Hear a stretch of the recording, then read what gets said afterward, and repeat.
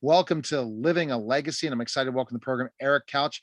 Eric, how are you? New digs, new place now, right? New digs. We're in the new spot, Neil. Yeah. This is great. Yeah. We had George. We had two really unbelievable ones with George Lopez and a couple, and then you went your way, I went my way, and it's interesting enough the excitement that's coming up in our guest today. But again, you just feel great to be in new digs and through that transition period, right?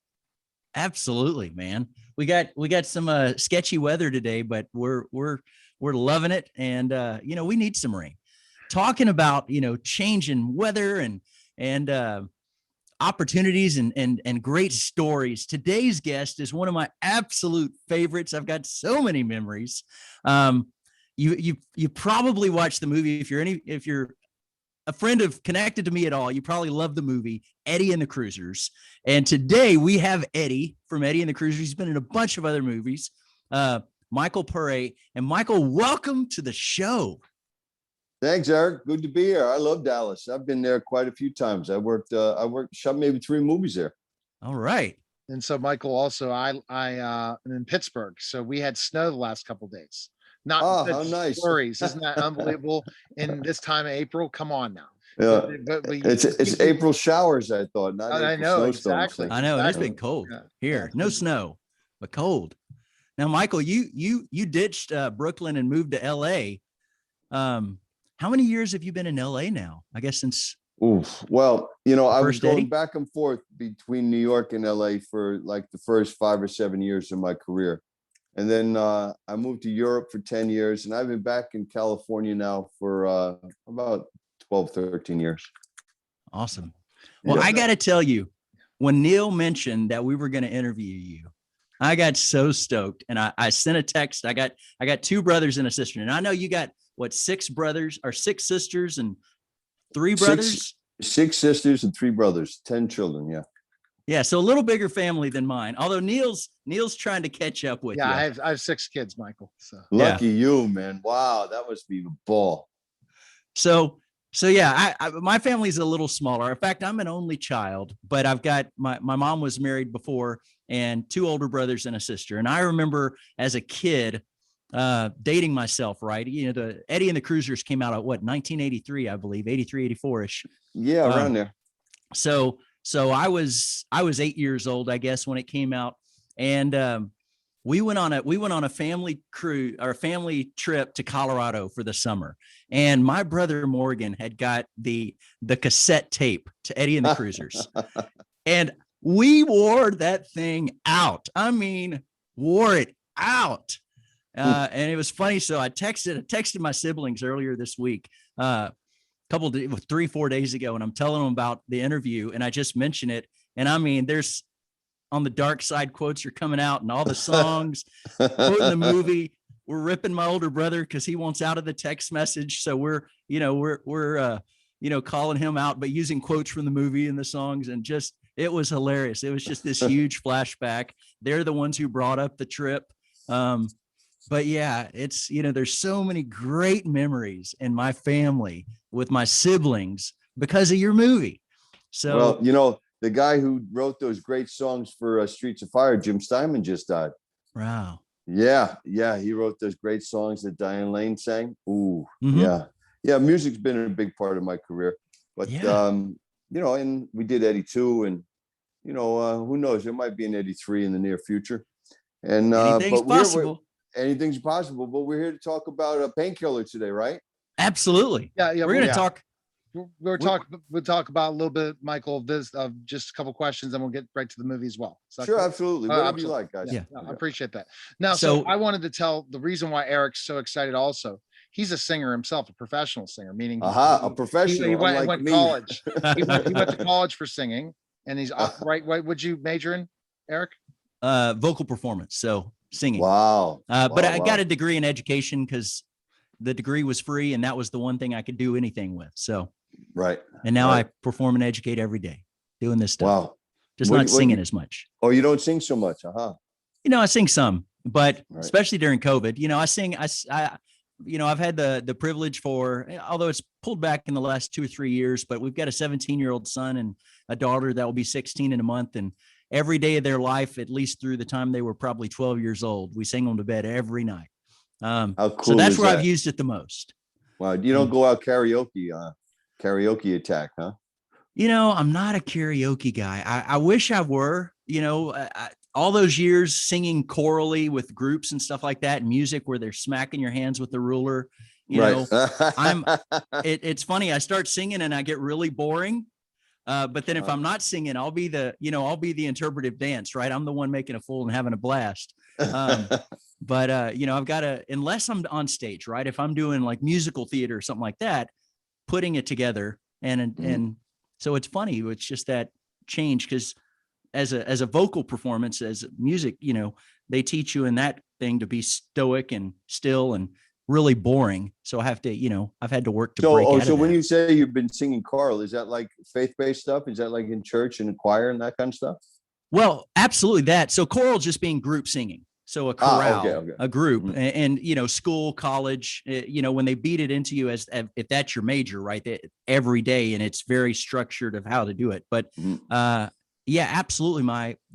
Predominantly my singing over the years has been faith-based in churches. And that's what I did all the way through college I was on staff at churches. Great. That must be wonderful. Great. But let me ask you something. Since you studied voice production, if you have sinus problems, like, you have like allergies and stuff like that, does that affect your tone, like being able to sing on key? Not really. It absolutely can affect you. But if you chew on some lemons or do something like that, it's amazing. I've had times where I was completely hoarse and I couldn't speak. And I was like, how am I going to sing? And then you get up there and it just comes out perfectly, like there wasn't an issue, but being unable to speak for a day. But you just, when you're singing correctly and you're trained correctly, you use different muscles than when you're just speaking, even though it's coming out of the same place. No, but I mean, because it's wild. Like if your your eye, ear, nose, and throat are all connected. So if you're having like a sinus attack, would that impact your hearing? So you could sing off key? I don't know about off. I haven't had that issue. Now what I have done is I wake up like Barry White. Right. Yeah, I know a lot of singers do that. It's like, I really can't sing until I've had my coffee. Like I can't sing until after awesome. 12. Yeah. I'm like, I got a voice. But yeah, now what if you do get I think it's tinnitus or whatever, or vertigo, right, where it starts to, the congestion and stuff like that that absolutely can impact any of it. And or if you've got a really bad congestion in one ear, if you just can't hear well. But it's amazing. There's people that are deaf in one ear that have perfect pitch. So, it's God's just made us amazing creatures where we tend to be able to pull off things even when it doesn't seem like we should be able to. Yeah, that's what I was thinking. To me, logically, if you have a sinus infection or you have allergies, your hearing is different. So would your voice production be different? But I guess not. Not necessarily. I mean, it could be. But what could happen is if you have it for a while, especially if it's due to something like smoking or a long-term thing where you're adjusting too much, then you can eventually just tear up your voice, get a thing called nodes or something like that. Right. So Eric, I cannot wait to hearing what's next on this story so far, but it's great going back and forth and singing. And see, I'm as the person in a way not saying, okay, what's happening, because I'm interested. And honestly, you want to hear this, Michael? Never saw Eddie and the Cruisers. Never. I've not seen the movie. So I have to. I don't know where you get it. I think you can send away for the DVD if you really want to. Yeah, maybe YouTube. You can see a lot of the songs on YouTube if you just type in like Dark Side. Yeah, I know the songs, but never saw the movie. Never saw the movie. No. Well, it's as far as I know, right? And Michael, you've actually been in a bunch of stuff. I'll take a step back. So typically what we do, our format is we review a chunk of the past stuff that people know you for. And then we spend a chunk of time on what you're working on right now as well, because we want to hear that, and all your fans want to hear that. But there's so much stuff. Like, I love the fact that I didn't know this until I did a little research. your very first intro, at least as far as I read, was in probably my all-time favorite sitcom, which was Greatest American Hero. Right. That was my first job, Greatest American Hero. Yeah. That's what brought me out to California, actually. I was stoked. I love that. That's been my ringtone on my phone before. Really? But it was Believe It or Not, We Are Not Home. So leave a message at the tone rather than Believe It or Not, Right. the Greatest American Hero songs. Just love that show. So there's so many, but you know, you've made a huge impact in my life. And of course that movie, which we're looking forward to your new one, but that movie is the only one that I've ever known that, you know, it came out as a movie, but then the music from the movie went off and actually took on its own identity, right? It was a blockbuster top. It was a #1 song on the charts. Yeah. I got double platinum albums hanging on my wall. Yeah. I mean, maybe, you know, has another movie ever done that where it literally, not that I was in. I mean, there's musicians that do movies, right? Yeah. And there could be a soundtrack that's really good, but literally this is a movie that came out and it's about a band that really doesn't exist. And yet outside of the movie, the band took off and has been its own standalone thing, just as Eddie and the Cruisers, like the music from that movie was so powerful that it just did its own thing. And I've never heard of another movie that did that. I've heard of songs that became movies. I've heard of musicians that went into movies, but I've never heard of like a role in a movie that the music and the message was so powerful that it literally became its own standalone music that breaks the charts and does all that just because it's, you know, I mean, people are like, hey, where do I see Eddie and the Cruisers in concert? Because you hear it on the radio and you're like, that's awesome. So yeah, it's kind of unique. It is. And you've done all kinds of things, Hope Floats and the Virgin Suicides with Coppola and Sophia Coppola. Yeah. And you know, I worked with Matthew McConaughey, Sandra Bullock, Bryan Cranston, Johnny Depp, Bruce Dern, Rod Steiger, Roy Scheider, Malcolm McDowell. I've been doing it a long time, man. I'm really blessed. I got to say, you know, I've got a career that spans 40 years. I mean, what can I say about that? And I'm still working. I'm gonna be directing next month.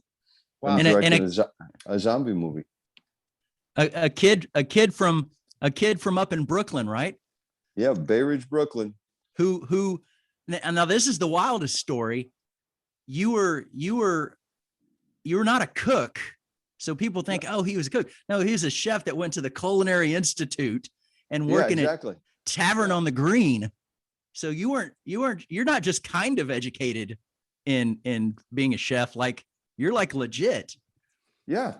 I mean, what can I say? But it all happened very young. I went right from high school into the Culinary Institute.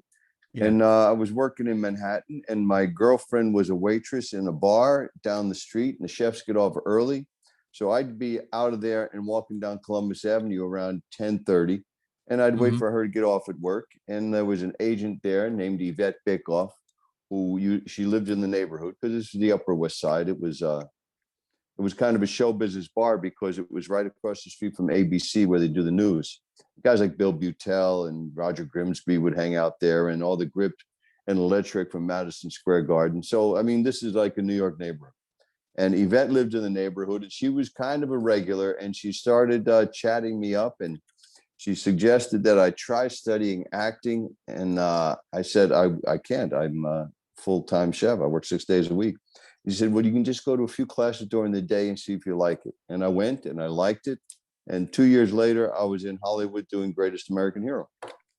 See, that's unbelievable. Wild. And did you always want to be an actor, or that was not? No. I was going to, work. I had a job lined up in Marseille with one of the French chefs I was working with. His brother had a restaurant in Marseille, and I was on my way to Marseille.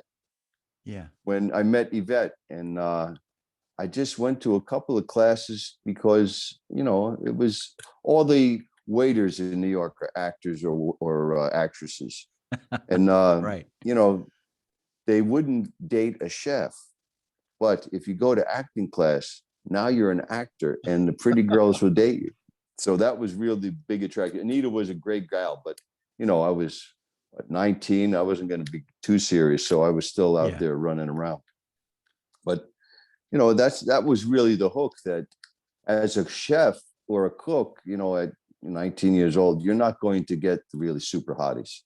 But as an actor, you will.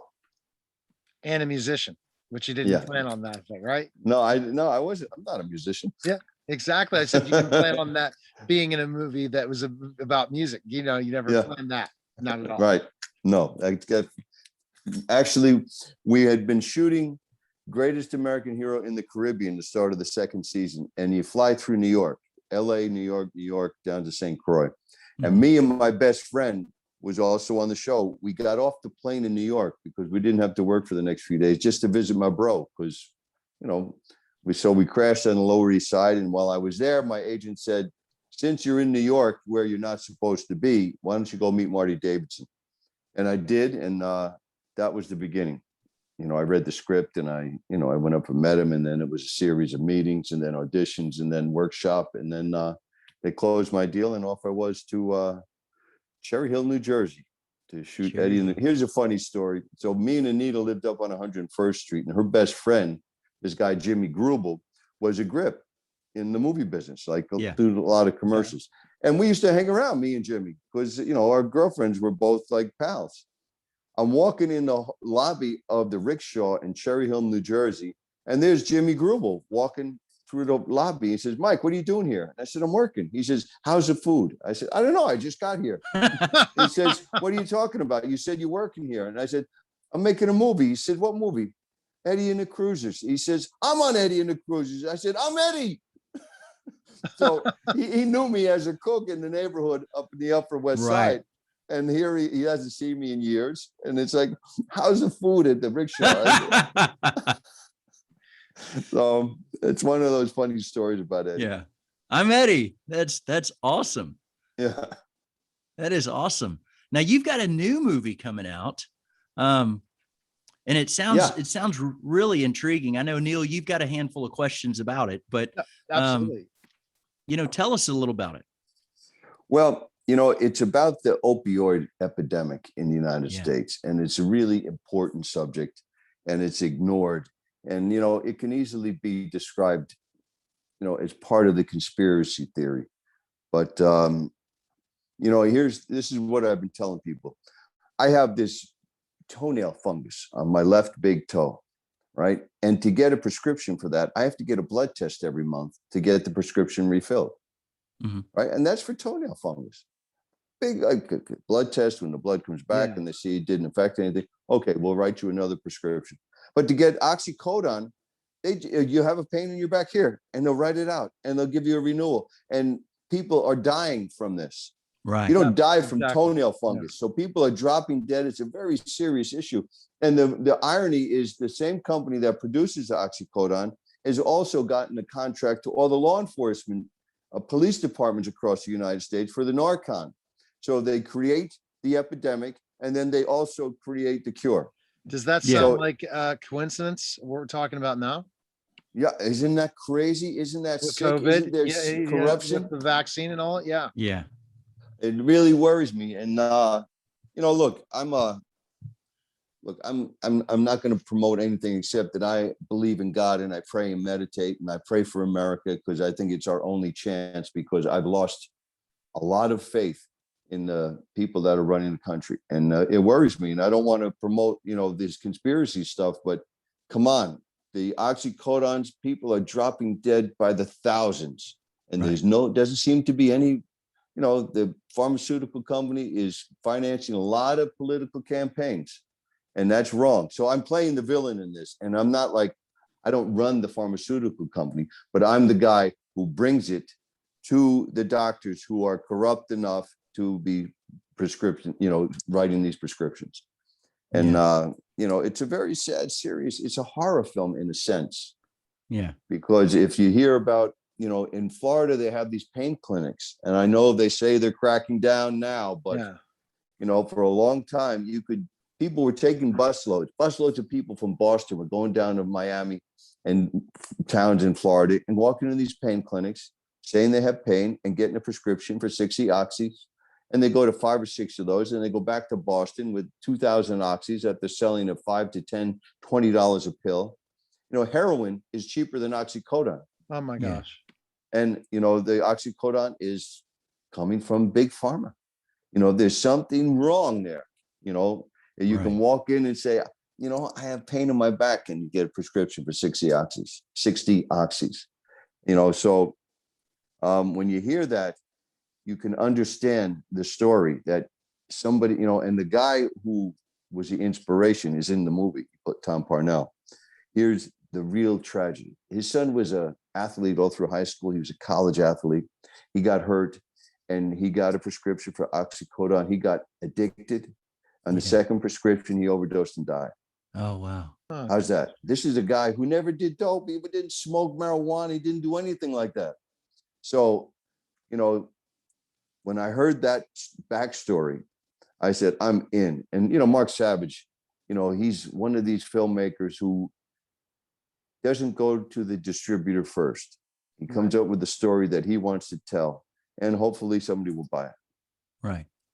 So he's a real filmmaker. I mean, the movie I'm directing, we went to the distributors and said, what's selling? And they said, zombies. And my partner, my boss said, how about zombies on a plane? And they said, oh, that'll sell really big. And that's what the movie. But, it's not that serious an issue. And I don't feel guilty about wasting people's time. It's escapism and it's fun. Right. But Mark is making, it's a very serious topic, and it is. It doesn't get enough coverage. No, you're absolutely right. Because it makes an impact, and it like you said, somebody that's never done anything, right? A good all-American kid that's playing football that gets hurt, that happens. And we expect our kids to heal. We expect our kids to run on. We expect to see our kids grow up and have kids of their own and do all this stuff, and to find out that your son got addicted to something that he never would have had, and it shouldn't have been a big deal because it was prescribed by a doctor and you trust doctors. And then it's just everything goes downhill and you lose your child. Like that story needs to be heard more than anything. But one of the reasons that people came together and formed governments is so that they could be collectively protected. Yeah. Right. And they're not, restricting the writing of these prescriptions or regulating or supervising. And there's this attitude, well, if you're dumb enough to do it, it's your own fault. I said, wait a minute. Then how is that? How is that okay?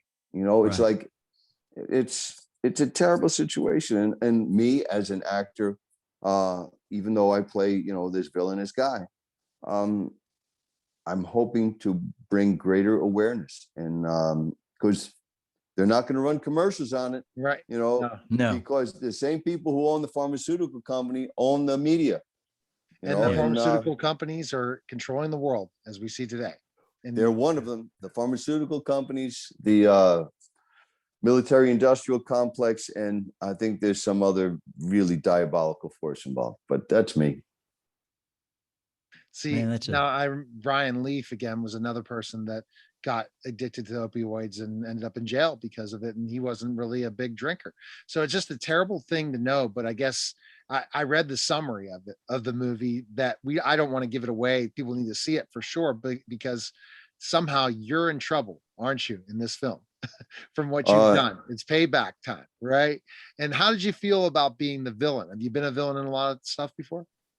I've been playing gangsters and a few bad guys. And it's if you remember that movie Angels with Dirty Faces with James Cagney and I think it's Pat O'Brien. Yeah. And the end of the movie, Pat O'Brien says, this is the story of a boy who just couldn't run as fast as me. And you see these two little kids in an underprivileged neighborhood, and they're being chased by the police, and the one falls down and goes to juvenile hall, and the other one gets away. James Cagney is the one who falls down, and that's the beginning of his life of crime. So I don't think people are born evil. I think certain circumstances can lead a person to a very dark part of humanity.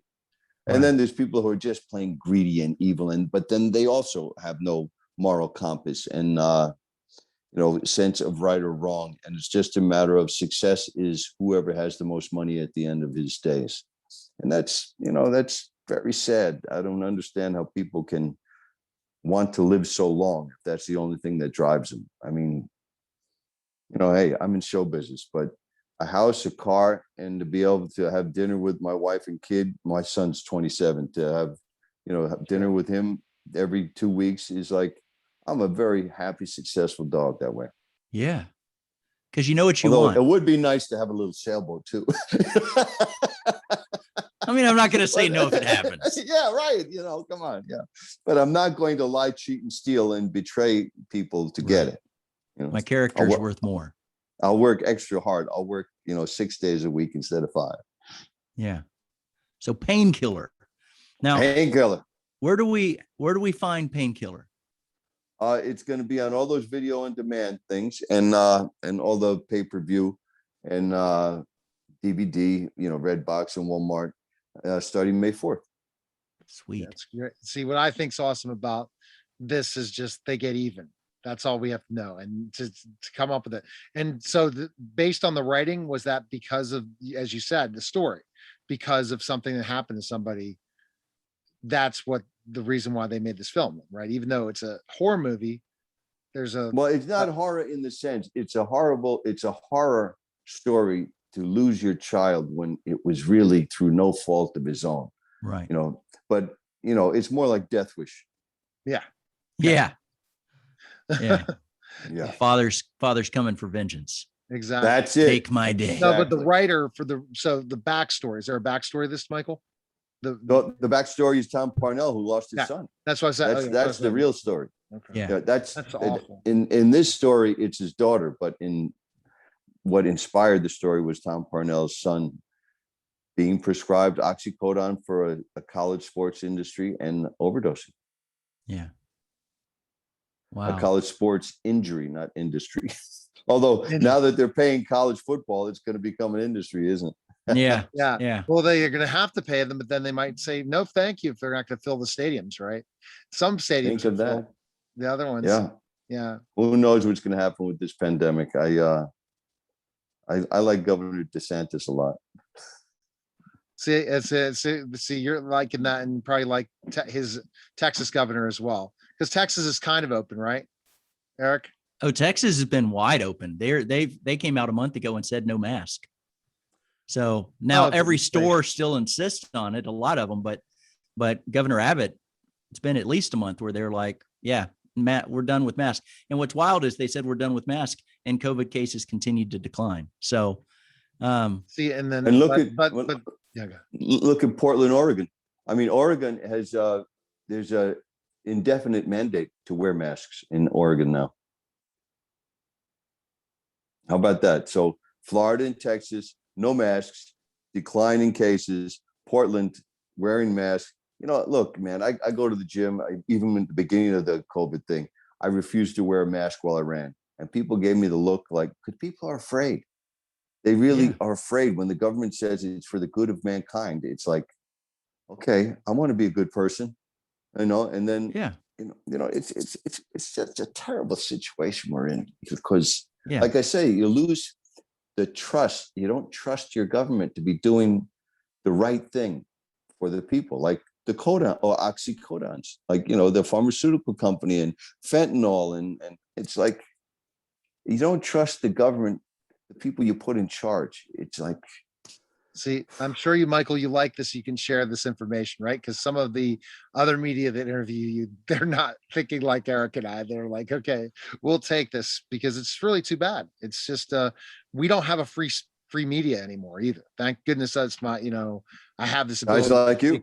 Yeah, like us. We're willing. I'm willing to speak out either, and I'm willing to give anyone the opportunity to share. And that's what I hope it continues to be, and have a fair and balanced, different interviews. So some people will have different thoughts than you have, Michael, and I'm fine with that as a journalist. And Eric is more of a analyst, where he can say what he wants when he wants. I'm a little bit, yeah, I'll feed into it. Yeah, I agree with you, especially with COVID. Trust me, I have a show called the COVID-19 Vaccine Show, and my co-host is Dr. Mark Hayden, and he is pushing for an oral vaccine just for us to swallow COVID, because he said all these other vaccines are going to do nothing, and there's another form coming that's already in India, really bad.